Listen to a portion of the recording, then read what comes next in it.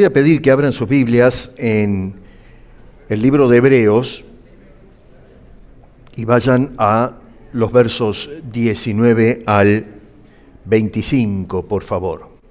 Hebreos 10.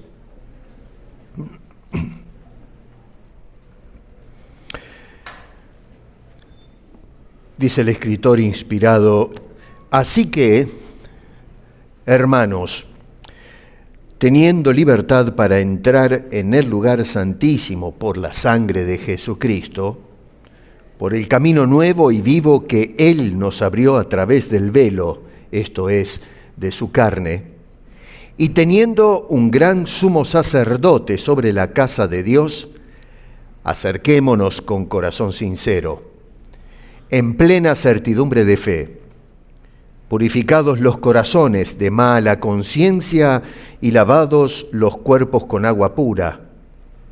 Mantengamos firme, sin fluctuar, la profesión de nuestra esperanza, porque fiel es el que prometió.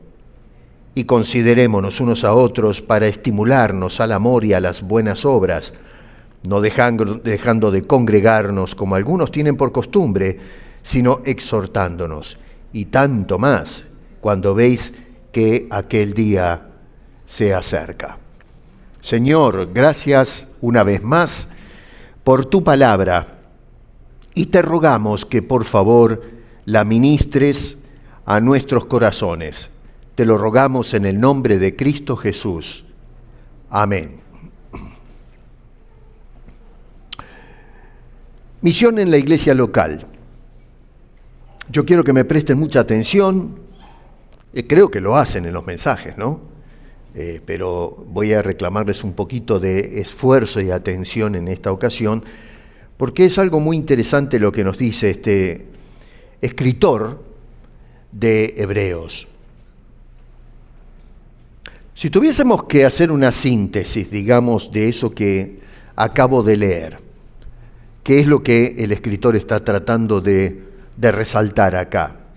Más o menos lo puedo parafrasear de esta manera: teniendo libertad para entrar, acerquémonos a Dios, por supuesto, acerquémonos. Y luego dice, y considerémonos unos a otros. Eso es más o menos el esquema que está tratando de subrayar el escritor en eso que dimos lectura hace un momento. Quiero que pensemos un momento en este asunto. Nosotros no podemos considerar correctamente a Dios acercándonos si no nos consideramos unos a otros. No me malentiendan, no quiere decir que es un requisito para acercarme a Dios considerarme con el otro. No, lo que va a haber es una consecuencia. Si yo me acerco a Dios y soy consecuente, lo que vamos a hacer es considerar a los demás, que también, igual que nosotros, están acercándose a Dios. No es muy difícil entender esto. Si yo me estoy acercando a Dios por invitación de lo que me dice el escritor inspirado, me voy a encontrar precisamente en esa presencia de Dios con todos aquellos que escuchan la invitación y entonces se acercan a Él. Así que por eso entra esa última frase, y considerémonos unos a otros, porque de lo contrario entramos acá en una inconsistencia en cuanto a nuestra devoción a Dios. Cuando acá el escritor de Hebreos en el capítulo 10, versos 24 y 25, para ser más precisos, vemos una imagen clara entonces de lo que debe ser la vida de la iglesia. Y a veces pensamos en el creyente en una forma individual, pero en este caso está hablando a la iglesia. Noten que dice no dejar de congregarse, así que está hablando en forma corporativa. Se habla de creyentes en esa iglesia que se consideran unos a otros. Creyentes que se estimulan al amor y las buenas obras.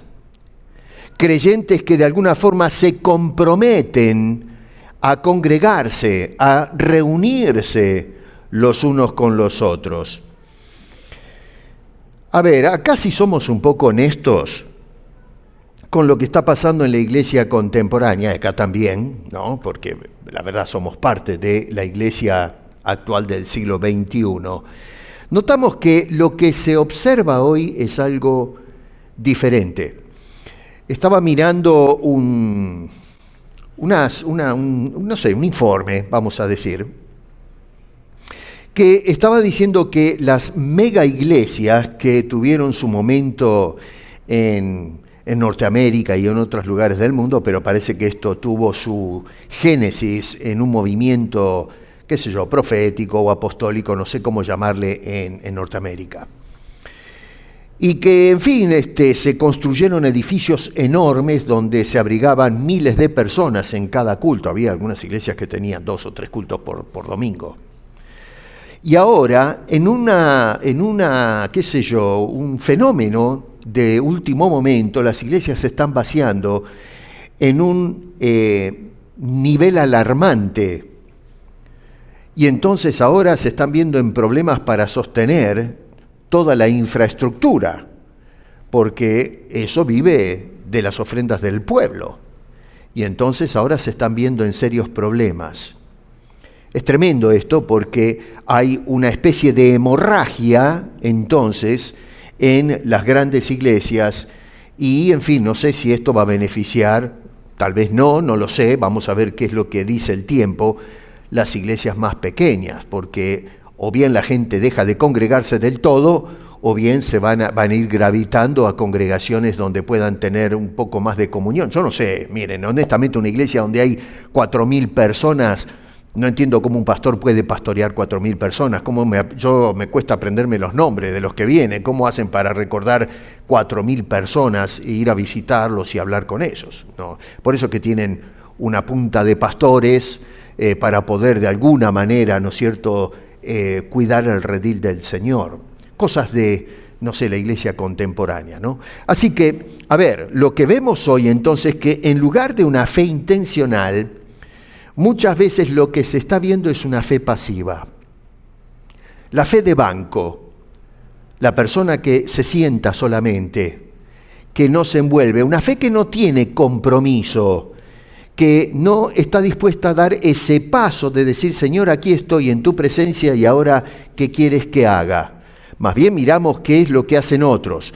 Hay gente que va a las iglesias y tienen las antenas, ¿no es cierto? Y no digo que no se deba hacer esto, pero tienen las antenas prendidas para ver qué es lo que hacen ahí adentro los demás. Y nosotros somos meros espectadores. Bueno, pero nos acercamos a Dios no para ser espectadores. Tal vez podemos ser espectadores de su gloria, pero en cuanto al ministerio, todos somos llamados a una fe activa. Lo que vemos hoy en la realidad es que la fe más bien es un asunto de pasividad, una fe quieta que no se demuestra, que a veces hay que tratar de rebuscar o escarbar un poco para ver si la persona realmente tiene fe en el Señor. En lugar de ver en la actualidad una iglesia que se involucra, lo que vemos son creyentes que solamente asisten a los cultos.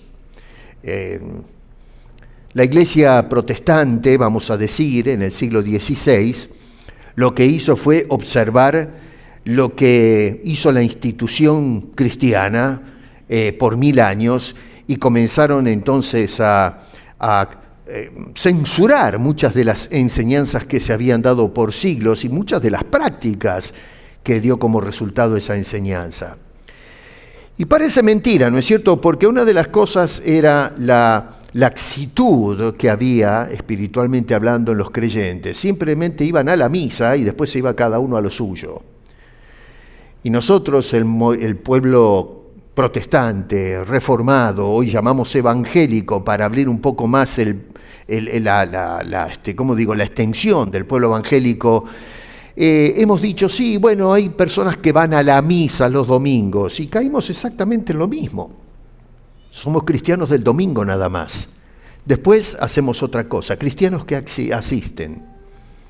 En lugar de estimularnos en la iglesia al amor y a las buenas obras, muchas veces vivimos una fe individualista. Mi experiencia con el Señor, en lugar de buscar la experiencia en la familia de Dios, que es la iglesia.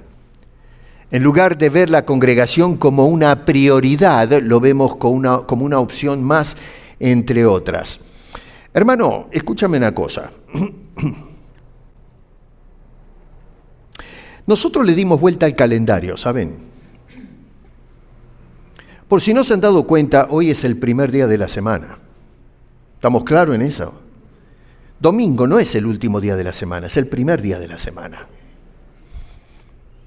Nosotros, sin embargo, le dimos vuelta al asunto. Trabajamos y para nosotros el primer día de la semana es el lunes, el día que comenzamos a trabajar, y el domingo es el último. Y como es el último, es el día que tenemos que descansar porque venimos de lastre con todo lo que vinimos haciendo, y entonces merecemos un tiempo de descanso. Bíblicamente hablando, el domingo es el primer día de la semana, no el último. Y es el día que nosotros le traemos la primicia a Dios. Lo primero que hacemos, antes de comenzar la faena semanal, decimos, Señor, lo que tengo te doy. Tú tienes el primer lugar. El primer día te lo dedico a ti, porque tú eres la prioridad. Nosotros, lamentablemente, porque nuestra, psiquis funciona al revés, lo que hicimos es desplazar el domingo al último día, y es por eso que la gente no se congrega. La razón es porque ese día no es la prioridad. La prioridad es el lunes cuando comenzamos a trabajar. Hay que calentar los motores y ahí le damos para adelante. Llegamos el sábado todos reventados, cansados. A veces, como es el día de descanso, nos quedamos a ver televisión hasta las 3 de la mañana o nos vamos de fiesta o qué sé yo. Y después el domingo, claro, ya no hay energías para poder congregarnos. Y el problema es porque tenemos el disco dado vuelta. Entonces, ojo, el domingo hoy ya no es más una prioridad en nuestras vidas, es una opción más entre las tantas opciones, y eso es hablar sinceramente. Muchos pueden decir, no, pero yo no lo veo así. Bueno, miremos la evidencia empírica y eso nos va a hablar de si es así o no. Lamentablemente, la iglesia de hoy no se involucra y no le da al día del Señor el día del Señor, no la última opción. Hemos pasado en un sentido de una iglesia que se edifica mutuamente o los unos por los otros, como nos indica el escritor de Hebreos. Hoy somos una iglesia donde muchos solamente coexisten sin involucrarse en lo que implica ser un miembro de la iglesia de Jesucristo. Acá el escritor de Hebreos nos muestra que la vida cristiana no fue diseñada para hacer lo que estamos haciendo hoy. Vamos a contramano de el por qué el Señor fundó su iglesia. La libertad con que Cristo nos hizo libres, o la libertad que nos concedió el Señor, no es para aislarnos o para encerrarnos en nuestros hogares, sino que es para comprometernos profundamente con su causa y también los unos con los otros. El escritor acá arranca en el versículo 19, miren qué interesante que es esto, ¿no?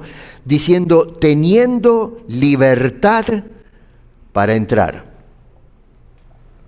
Miren bien y paren en esa palabrita libertad. Tenemos nosotros, los que hemos venido a Cristo, tenemos libertad para entrar.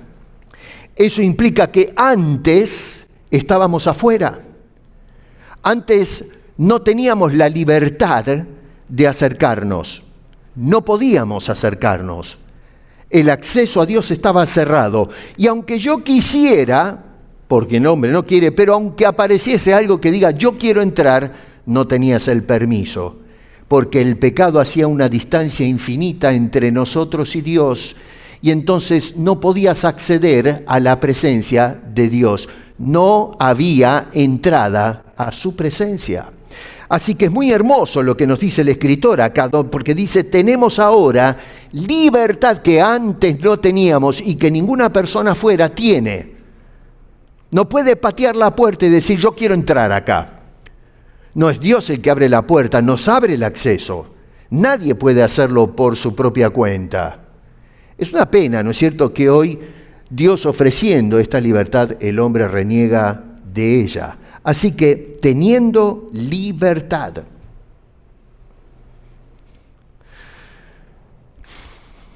Libertad. Libertad. ¿Qué palabra que es esa, eh? Vivimos en una época en que en los podios públicos una de las palabras que más se utiliza hoy para combatir con las ideologías políticas y sociales y toda la ingeniería del pensamiento es la palabra libertad. Reclamamos la libertad de los cautivos.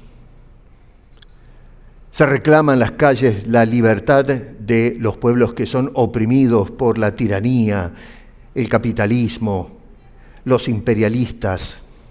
Son términos que nos hemos acostumbrado a escuchar constantemente. Libertad. Luchamos por la libertad de los pueblos. Luchemos por la libertad de la gente. Esta es una palabrita que quizá busca el génesis en algún punto histórico. Muchos hoy miran la Revolución Francesa en el año 1789, donde se acuñó lo que se conoce como las tres palabras: liberté, égalité, fraternité. Libertad, igualdad y fraternidad entre los hombres. Y bueno, de esas tres palabras, la que hoy utilizamos con mayor repetición o asiduidad es la palabra libertad. Las otras ahí están, pero la palabra libertad es la que ha cobrado escena. ¡Viva la liberté! Y así ese grito de libertad lo encontramos hoy haciendo ecos por todos los rincones y las paredes de la sociedad contemporánea. Déjenme decirles de paso que muchas veces en la historia somos muy selectivos cuando echamos mano de los sucesos del pasado para justificar los movimientos ideológicos del presente. A ver, la Revolución Francesa en ese año, en el 1789, estamos hablando del siglo XVIII, a finales ya casi. Sí es cierto que hubo un tremendo conflicto en lo que es la toma de la famosa Bastilla, pero lo que no se cuenta después, no vamos a escuchar en el grito de libertad, que unos pocos años después, 1793-94, corrieron ríos de sangre por las calles de París. Personas que no estaban de acuerdo con los cambios eran puestos bajo el filo de la guillotina. Es algo muy irónico cuánta gente fue ejecutada bajo los ideales y también la influencia de un tal Maximilien Robespierre. Se inventó un aparato llamado la guillotina con el propósito de hacer más civilizada la muerte de los que eran castigados. La gente se reunía en una plaza y todos entonces veían caer el filo de la hoja y una cabeza rodar o caer en una canasta, y todo el mundo aplaudiendo y gritando ¡Viva la liberté! Qué cosa más irónica, porque dicen que se inventó la guillotina precisamente para hacer más, más humano quitarle la vida a una persona. Y yo me pregunto, ¿qué tiene de humanidad hacerle rodar la cabeza a una persona? ¿Cuál es la diferencia entre un tiro, una horca y una guillotina? Y sin embargo, hoy aplaudimos esos días, ese evento que marcó una epopeya, que inclusive acuñó una palabra que hoy utilizamos en los movimientos ideológicos contemporáneos. El hombre está loco. La libertad se defendía mediante la supresión de libertades. La igualdad se imponía a través de la eliminación de las diferencias o quienes piensan diferente. La fraternidad se registra solamente a quienes pensaban correctamente, es decir, los que pensaban de un bando, pero se condenaba a muerte los que pertenecían al bando contrario, y sangre corría y escribía la historia. Lo que hoy escuchamos es que se habla del lado de la liberación, de los sistemas, cuando este grito de libertad liberaba al hombre de la opresión del poder del rey y de las instituciones establecidas y tradicionales como la iglesia, por ejemplo, y la aristocracia, que sí tuvo su dominio y su control durante casi 1000 años. Hoy se habla de libertad en casi todos los ámbitos de la vida. Hablamos de libertad política, hablamos de libertad de pensamiento, hablamos de libertad de identidad, libertad individual, libertad de expresión, libertad personal. Muchos movimientos sociales y muchos proyectos ideológicos se presentan hoy como una lucha abierta en pos de la libertad de los hombres. Y lo que me llama la atención es que aun cuando gritamos y levantamos la bandera de la libertad, hay algo que es curioso y paradójico, y es que muchas veces las mismas corrientes ideológicas y colectivos que proclaman libertad terminan generando nuevas y diferentes formas de esclavitud, sea de las personas, del pensamiento, de lo que sentimos, lo que expresamos. Control de las personas en nombre de la libertad. Se promete hoy día una libertad, pero a menudo lo que se exige es pensar de cierta manera, o por ejemplo aceptar ciertas narrativas, o quizás alinearse con determinadas visiones ideológicas, y quien no se ajuste a esos sistemas es rápidamente marginado, silenciado, cancelado. Se hacen rodar las cabezas o caer en un cesto mediante la guillotina ideológica que se utiliza hoy para amedrentar a las personas que piensan diferente. Y eso es libertad. ¡Viva la liberté!, dicen los pueblos. Ahora, el tema no termina ahí, porque esto va mucho más adentro, es mucho más profundo, afecta a la naturaleza humana, la profundidad del corazón humano. El mundo hoy asume, y digo asume deliberadamente, que el ser humano es naturalmente libre. Y escuchamos en la narración de hoy, el hombre ciertamente es libre por naturaleza, que el hombre es dueño de sí mismo y dueño de todas sus acciones y determinaciones, y que simplemente necesitamos hoy más espacio para poder de alguna manera ejercer esa libertad natural que todos tenemos. Y sin embargo, cuando nosotros comenzamos a mirar la Biblia, encontramos una descripción o un cuadro completamente diferente al que plantea la sociedad, esta sociedad consumista, esta sociedad esclava. La Escritura no describe al hombre como plenamente libre. La Biblia nos describe a todos nosotros como esclavos. Aunque creemos que hemos luchado y hemos logrado la libertad, seguimos siendo y seguiremos siendo siempre esclavos. El Señor Jesucristo en el Evangelio de Juan en el capítulo 8 dijo estas palabras: todo aquel que hace pecado, esclavo es del pecado. Y quiero que observen, porque no está diciendo algunas personas, sino toda persona que peca. ¿Y quiénes son las personas que pecan? Todos. No hay ninguna persona que no peque. De lo contrario, sería absurdo pensar en Dios enviando a su Hijo a morir en la cruz por los pecados. Dios simplemente hubiese dicho: a esos que no han pecado no necesitan a Cristo.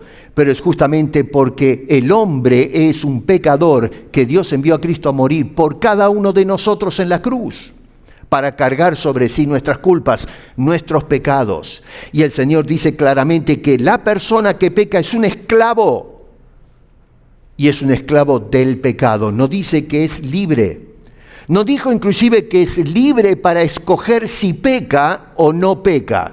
No, es un esclavo que obedece a su maestro, que tiene un solo Señor, y es el pecado en su naturaleza, y está forzado y obligado por naturaleza a obedecer a su amo.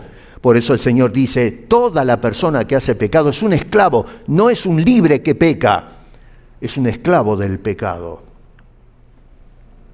Pablo añade lo mismo en su teología.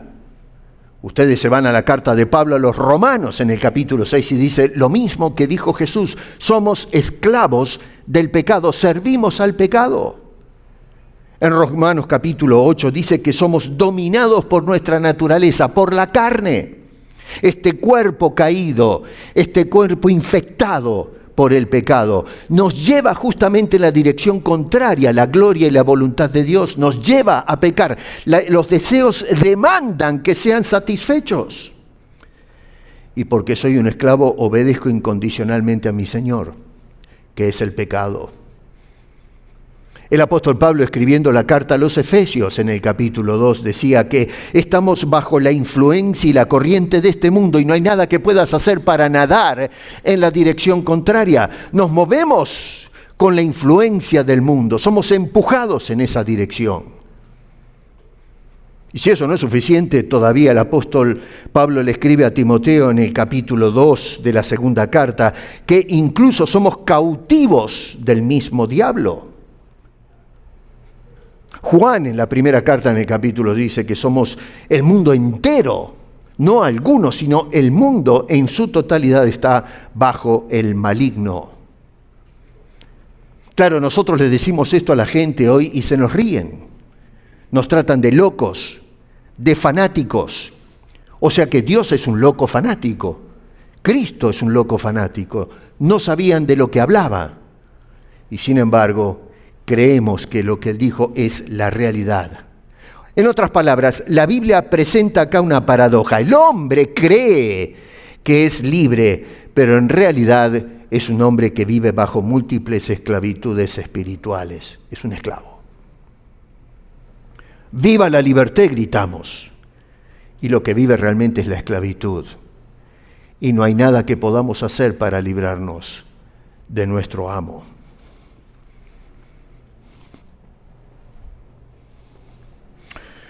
Pero ¿y entonces qué es la libertad? Olvídese de lo que nos dicen los sofismas, las filosofías que tratan de dar una definición a un concepto. ¿Qué es realmente la libertad? Y acá es donde justamente el Evangelio introduce la verdadera respuesta. Y la Biblia dice que la verdadera libertad es Cristo. Yo sé que esto produce o fomenta la burla. Si nos paramos en el podio público y decimos lo que nos dicen las Escrituras, que Cristo es la verdadera libertad, se mofan de los hombres, se mofan de la iglesia, se mofan del Señor Jesucristo. Cristo vino al mundo no simplemente a promover una nueva filosofía social, vino a liberarnos a todos nosotros, a liberar al ser humano de su esclavitud más profunda. Otra vez, apelando a Juan, que es el que registró estas palabras del mismo Jesús en el capítulo 8, verso 36, dice, si el Hijo os liberare, escucha bien el condicional, seréis verdaderamente libres. Si alguien dice hoy esto, inmediatamente patea el tablero. Porque la verdad es que hoy pensamos que si ciertas potencias o ciertos individuos, ciertos arquitectos de un sistema, si seguimos estas ideas, entonces vamos a abrazar verdaderamente la libertad. En el Medio Oriente hoy estamos observando una crisis de características que no sé qué es lo que va a pasar, se está complicando el asunto. Quieren liberar al pueblo iraní de la dictadura teocrática, de un sistema opresor. Los iraníes dicen que los norteamericanos son un sistema opresor y se tiran la bola unos a otros. Y acá no interesa quién tiene razón o quién es culpable. Todos son esclavos. Y Jesús dice, si yo no los liberare, entonces no van a experimentar verdadera libertad.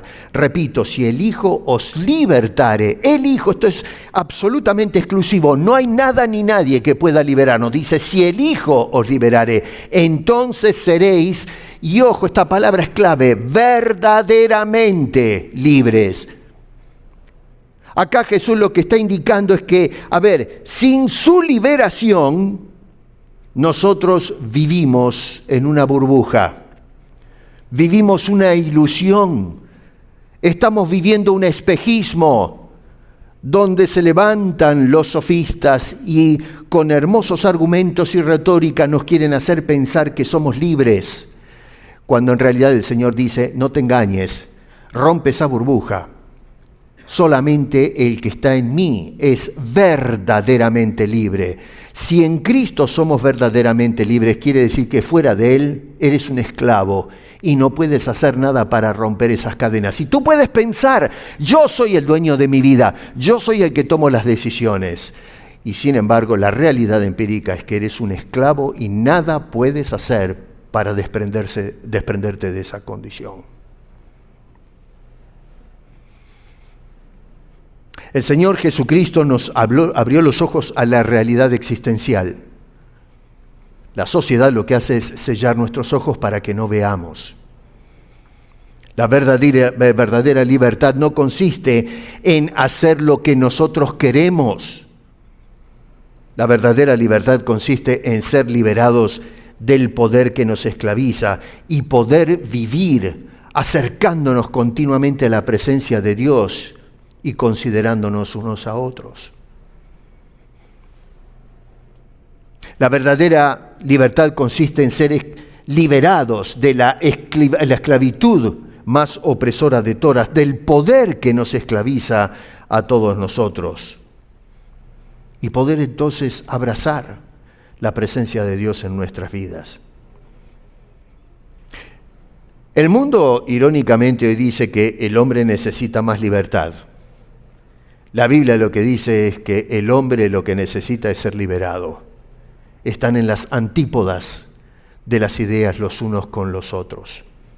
Y es precisamente en este punto entonces donde el escritor acá de Hebreos hace una afirmación extraordinaria, allí en los versos 19 y 22. Así que, hermanos, teniendo libertad para entrar en el lugar santísimo, acerquémonos. Y luego en el versículo 24 nos dice, y considerémonos unos a otros. Acerquémonos a Dios y considerémonos mutuamente. Ahora, este asunto, lo que nos dice el escritor de Hebreos, hubiese sido impensado para el judío del primer siglo, que no podía entrar a la presencia de Dios, prefigurada, por ejemplo, en la construcción del tabernáculo y después del templo. Nadie podía entrar al lugar santísimo que representaba la presencia de Dios. Absolutamente nadie. Solamente se había apuntado por dirección divina un individuo del pueblo de los levitas, el sumo sacerdote, que podía entrar, pero una sola vez al año. Y no es que se podía pasar todo el día allí tomando café. Era un hombre que tenía que entrar por un instante nada más, un momento. Se corría el velo, entraba con sangre, ¿no? Primero tenía que hacer el sacrificio por sí mismo, porque no era diferente, una ley élite especial. Él era tan pecador como los otros, tenía que ofrecer el sacrificio por sí mismo, y luego era el representante de toda la nación. Así que entraba por un instante, mojaba los cuernos del altar y tenía que salir disparando de allí adentro. Debo decir la del arca, no del altar. El altar estaba afuera. Pero entonces este hombre, por un momento podía entrar una sola vez al año. Y luego se cerraba la cortina y no podía decir, voy a volver, pero me olvidé el celular, se me quedaron las llaves adentro, y entrar. No, señor, las cortinas se cerraban y debía esperar un momento más el año que viene. Así que cuando el escritor nos está diciendo esto, es algo extraordinario en ese contexto. Ahora nosotros, hermano querido, por causa de Cristo, podemos entrar y no por un momento, sino estar permanentemente en la presencia de ese bendito Dios. Por eso con toda confianza el escritor dice, acerquémonos ahora. El velo se rompió. No hay nada que nos impida el paso, el acceso a la presencia de ese bendito Dios. La libertad con que Cristo nos hizo libre, la libertad que nos concedió el Señor, no es para que nosotros tengamos ajustes sociales. La libertad que el mundo suele buscar no es simplemente libertad social o libertad política o libertad de pensamiento. La libertad que Cristo nos dio es completo acceso y libre acceso a la presencia de Dios. Y entonces el escritor lo que hace en estas líneas, y que me gustaría revisar rápidamente, ¿no?, es que esa libertad que Cristo nos dio se manifiesta en tres direcciones. Primero, versículo 22, libertad para poder acercarnos a Dios. Número 2, verso 23, libertad para estar firmes en la presencia de Dios, en la fe. Firmes en la fe. Y número 3, versos 24 y 25, libertad para edificarnos mutuamente. La libertad con que el Señor Jesucristo nos hizo libres no es una idea abstracta, hermano, no es un concepto filosófico, no es un enunciado de los hombres.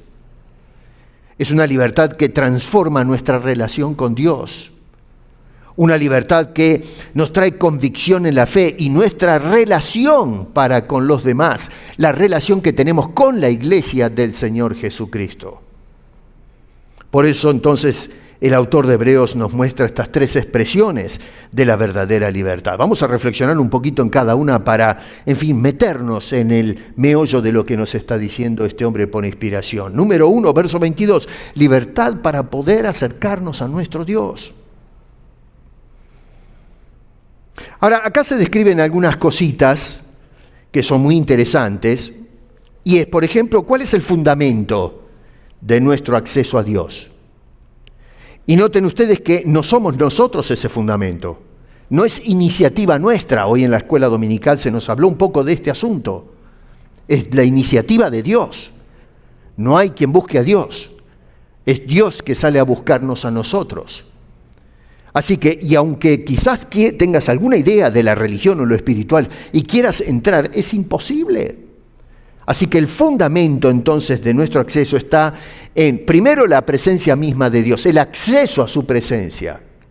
La segunda cosa es que acceso por el sacrificio de su Hijo Jesucristo, en el versículo 19, en la segunda parte. Fíjate en tu Biblia, porque esto no es algo que yo me estoy inventando. El acceso es el lugar santísimo, donde se manifestaba la presencia de Dios representativamente, por ejemplo.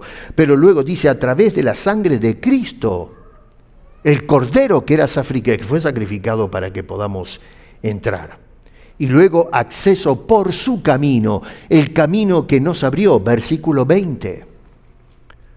Tú no te puedes asfaltar tu propio camino. Jesús en el capítulo 14 de Juan dijo, yo soy el camino. Nadie, absolutamente nadie tiene acceso. Nadie viene al Padre si no es por mí. Yo soy el camino, no una opción. Si tú quieres acercarte a Dios, el único camino que tienes, la única puerta de acceso a Dios es Jesucristo. Así que lo que notamos acá en este caso es, ¿cuál es el fundamento de ese acceso? Y es la persona y la obra de Cristo Jesús. Y lo segundo es la actitud de nuestro acercamiento. ¿Cómo me acerco yo a ese Dios? ¿Cuál es la actitud del corazón? No como la actitud de los hombres que quieren patear la puerta. Acá en este caso dice que la actitud la que tenemos que mostrar es una fe sincera. Fíjate ahí, ¿no? Está en el versículo 22. Acerquémonos con corazón sincero en plena certidumbre de fe. Hay veces que encontramos personas que su fe tambalea, que confiamos, depende cómo empujen los vientos. Es una fe que no es real, es una fe condicionada. La fe que tiene que ver para creer, Hoy la iglesia evangélica, sin darse cuenta, cayó en esta trampa. Hoy vamos a las iglesias a campañas de sanidad, de liberación. Necesito ver estas cosas. Dios tiene que mostrarme evidencias de que es real, que realmente sana, que libera, que perdona, que me da vida eterna. Si yo no veo esas cosas, no lo creo. El Señor dijo, bienaventurados los que no vieron y tuvieron fe. No se trata de la fe que manifiestan, por ejemplo, los que menciona ahí en el capítulo 10, verso 39. Dice, nosotros no somos de los que retroceden para perdición, sino de los que tienen fe para preservación del alma. El escritor de Hebreos se está divorciando de aquellos que pegan la vuelta, que dicen, yo tengo fe, pero es una fe insincera, no es real, no se confía en Dios. El que tiene fe verdadera es el que cree con certeza y esperanza. Como dice en el capítulo 11, verso 1, es la certeza y la convicción de la persona que no duda en Dios y en su programa. La actitud de nuestro acercamiento tiene que ser acompañado de esa certeza, de esa fe incólume que cree realmente en Dios, que tiene convicción. Número 2, tenemos que acercarnos con un corazón limpio. Verso 22 en la segunda parte, el corazón esterilizado, lavado, limpiado, todas aquellas telarañas que había allí metida dentro, todo ese cofre que guardaba todo lo que hacíamos mal, ha sido lavado, se barrió todo eso. Que cuando Dios mira nuestro corazón, no tiene que decirnos, tú tienes un montón de cosas ahí que no convienen, que no me gustan. Dios se encargó de hacer ese trabajo, de esterilizar nuestro corazón, nuestras emociones, especialmente en lo tocante a nuestro amor por Dios. ¿Dónde está ubicado tu corazón? Escúchame una cosa, cuando tú, por ejemplo, mueves las prioridades del domingo, que es el primer día de la semana, al último día de la semana, eso habla que tu corazón no está en el lugar correcto. Y luego, con una vida purificada, lavado nuestros cuerpos. Los cuerpos que se hinchastraron en el lodo del pecado.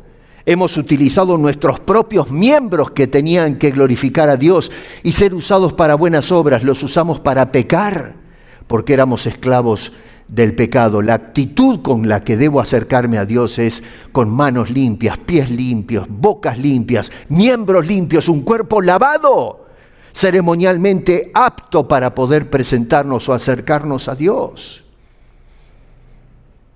Fundamento y actitud. El fundamento de nuestro acceso, la actitud de nuestro acercamiento.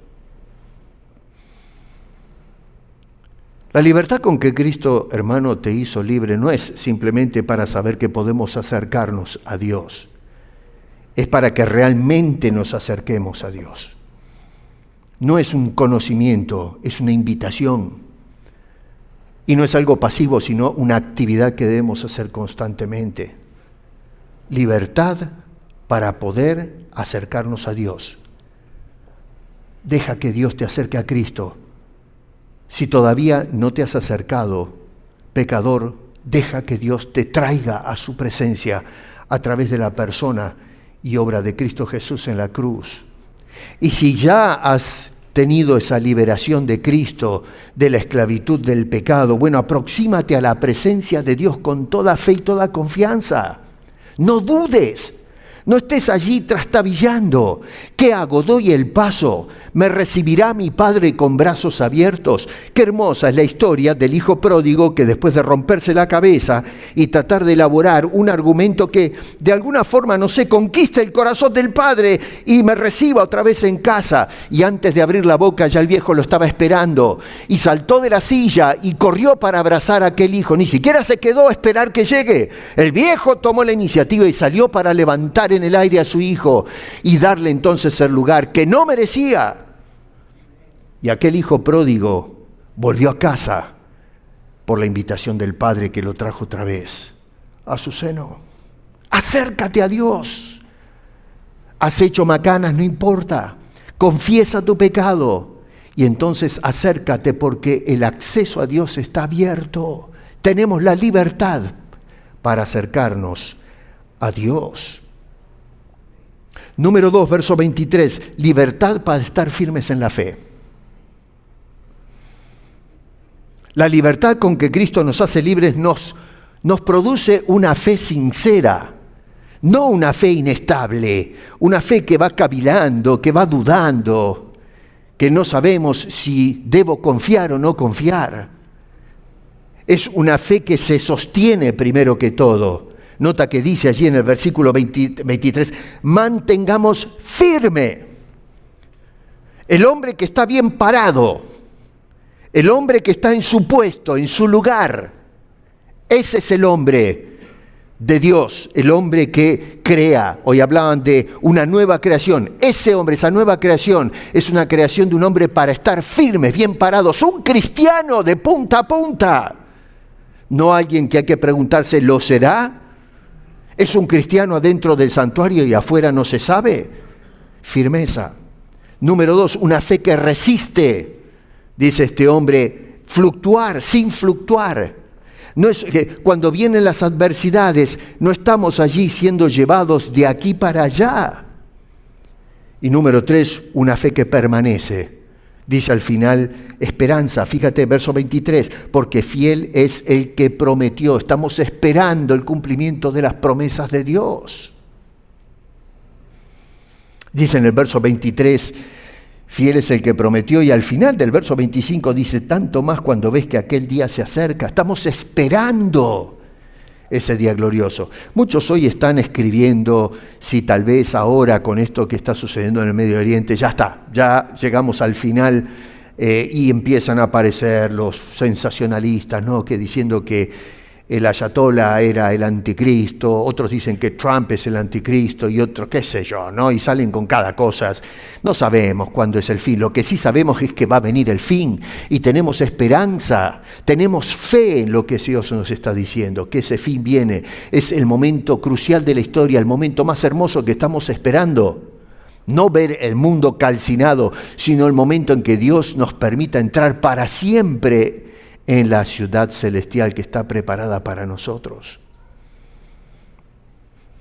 Los creyentes acá estaban bajo presión, persecución, en constante amenaza, pero en Cristo Jesús eran libres de caer presas del desánimo, del enloquecimiento, del derrotismo. Al contrario, eran personas que tenían libertad para estar firmes cuando otros caían, porque no tenían de qué agarrarse. La verdadera libertad no es cambiar de convicción constantemente. Hoy creo una cosa y mañana me dejo llevar por otra diferente. ¿Cuántos cristianos hay que un día creen esto y después creen otra cosa? Saltan de iglesia en iglesia, de denominación a denominación, de doctrina a doctrina, y nunca estamos en un lugar. Siempre estamos como la pelotita de ping-pong en la mesa. Golpean de un lado y golpean del otro, y nosotros en el medio vamos y venimos, a gusto y piacere de aquellos que le dan el golpe. Bueno, en esa inestabilidad se encuentran muchos cristianos. Acá se habla de tener una fe tan firme que no cambia, que es incólume, que está bien parada porque está sostenida por un Dios que no cambia. Entonces, la libertad en Cristo nos lleva hacia Dios, nos dice el escritor en el verso 22, nos afirma en nuestra fe, verso 23. Y ahora, el autor lo que hace es mostrarnos que esa libertad también transforma nuestra relación los unos con los otros, es decir, una libertad para edificarnos mutuamente, versos 24 y 25. Acá se puede ver una palabra clave, ¿no? La palabra clave es considerémonos. La palabra griega es katanoeo. Noeo es, o gnosis, significa conocimiento, pero la preposición que se pone adelante, ¿no? Son dos palabritas pegadas, pero le da intensidad a la idea. Cuando dice allí considerémonos, la idea en nuestro idioma es observar cuidadosamente a la persona que está a mi lado, más o menos. Para que se den una idea, es una expresión. Prestar atención en una forma meticulosa, esmerada, considerar al otro con propósito intenso. Eso es lo que quiere decir ese término que traducen en nuestra versión en español como considerémonos. ¿Consideras así a tu hermano? Así consideramos a Dios, pienso yo, pero ¿y tu hermano qué? La persona que se acercó a Dios al lado tuyo, o que quizás no te ves todos los domingos, pero te encuentras a alguien que se acercó a Dios viniendo de otro lado, pero sigue siendo tu hermano en Cristo Jesús. El escritor nos está hablando de una mirada a tu hermano en una forma intencional, profunda y con buenas intenciones. No se trata solamente de vernos, sino de vernos con un propósito profundo y espiritual. Hermano, la vida cristiana, a ver si entendemos esto, no es venir, sentarse, escuchar e irnos. Y eso es lo que hacemos. Cada domingo venimos, entramos, nos sentamos y nos vamos. La vida cristiana fue diseñada por el Señor para que vengamos, entremos, nos involucremos, pero no para escuchar e irnos.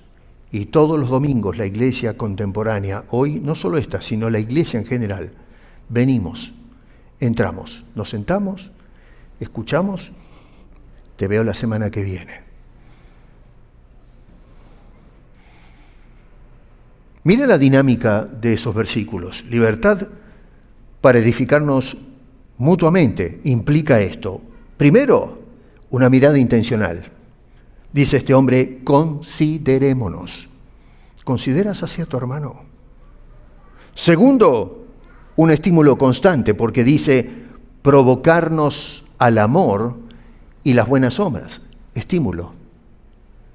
Y la tercera cosa es un compromiso real, cuando dice no dejando de congregarnos.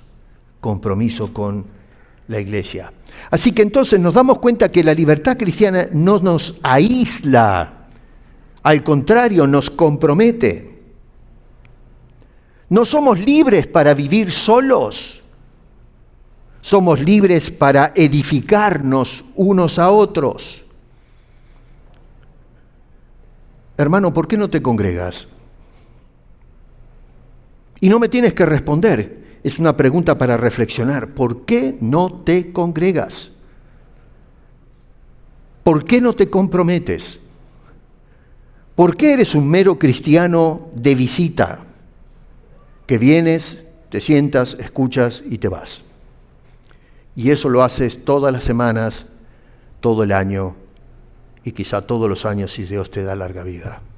Y esa es la rutina de la iglesia contemporánea. Eso es lo que hacemos. Y eso no es misión. Eso es fracaso.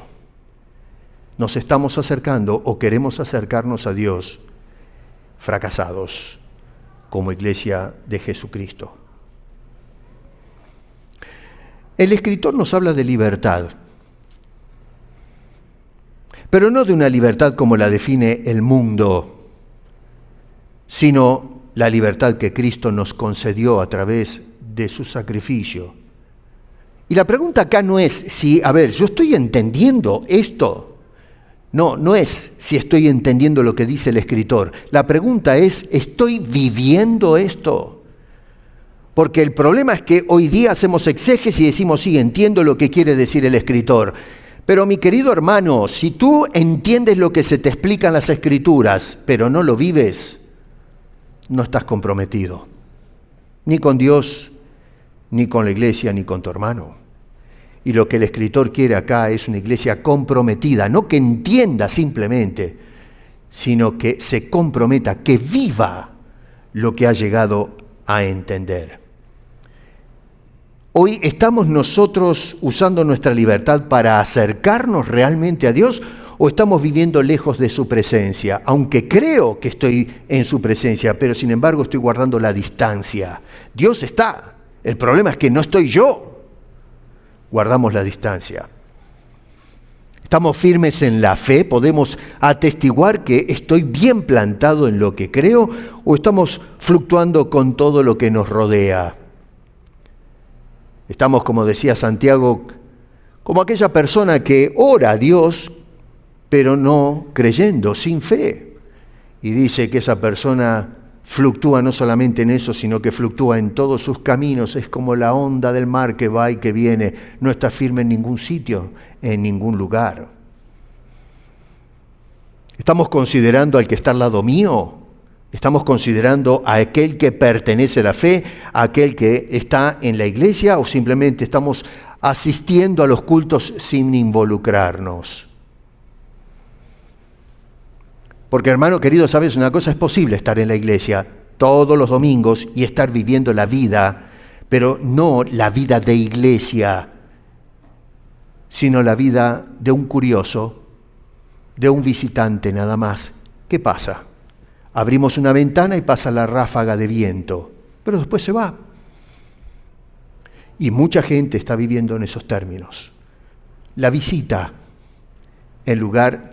a la iglesia en lugar de la vida de iglesia, que es lo que el Señor quiere de todos nosotros.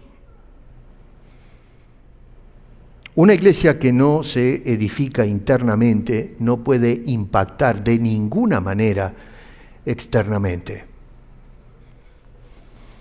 La misión no comienza en la calle, no te equivoques. La misión comienza en la iglesia, cuando la iglesia se vuelve iglesia. Hablamos de misión, hablamos de evangelismo, pero no estamos comprometidos con la iglesia y es por eso que fallamos en la misión. Y es por eso que las iglesias no se llenan.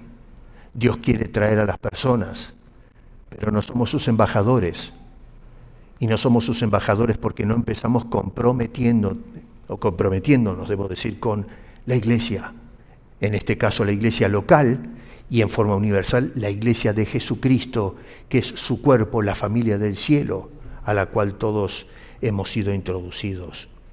Así que Cristo no te hizo libre para vivir a la distancia, mi querido hermano, sino que te hizo libre para vivir cerca de Dios. Te hizo libre para estar firmes en la verdad. Nos hizo firmes para estar comprometidos con la iglesia. ¿Lo estás? ¿Estás comprometido realmente? Puedes abrir tu corazón delante de Dios una vez que te acercaste y decir: Señor, la iglesia es todo para mí, es mi prioridad. Tú eres el centro de mi vida. Y todo lo que tiene que ver con la vida de iglesia, ahí estoy metido yo.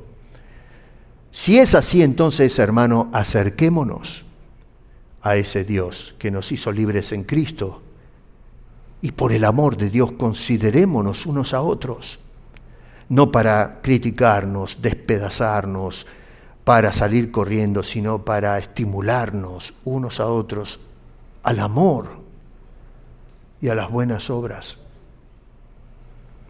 Porque una iglesia que se acerca a Dios y los creyentes que se consideran unos a otros, esa es una iglesia que Dios puede usar para cambiar al mundo. Conságrate, hermano. Deja de divagar. Deja de ser una visita y comienza a comprometerte, porque para eso Dios en Cristo rompió las cadenas de lo que nos esclavizaba y hoy somos libres para acercarnos a Dios, para estar firmes en la fe y para comprometernos, yo contigo y tú conmigo, y así los unos con los otros. Y de esa manera salimos al mundo haciendo misión. Padre, gracias por haber preservado estas líneas que son parte de un compendio que inspiraste a un autor a escribir estas cosas, que desafiaba a los hombres del primer siglo y que ahora por extensión nos desafía a todos nosotros por preservación de esto que son escritos inspirados. Ayúdanos, Señor, a hacer uso de la libertad con que Cristo nos ha hecho libres. Ayúdanos todo el tiempo a acercarnos confiados a ti, Señor, a tu presencia bendita y gloriosa, y deslúmbranos con tu presencia. Ayúdanos a estar firmes en la fe, a tener confianza en ti, Señor, en tus promesas. Y por favor, inspíranos a considerarnos unos a otros, no dejando de congregarnos. Rompe, Señor, con ese patrón, esa mala costumbre que tenemos hoy de no congregarnos. Porque si no nos congregamos no nos podemos considerar unos a otros, mucho menos a ti, Señor, que nos das la orden.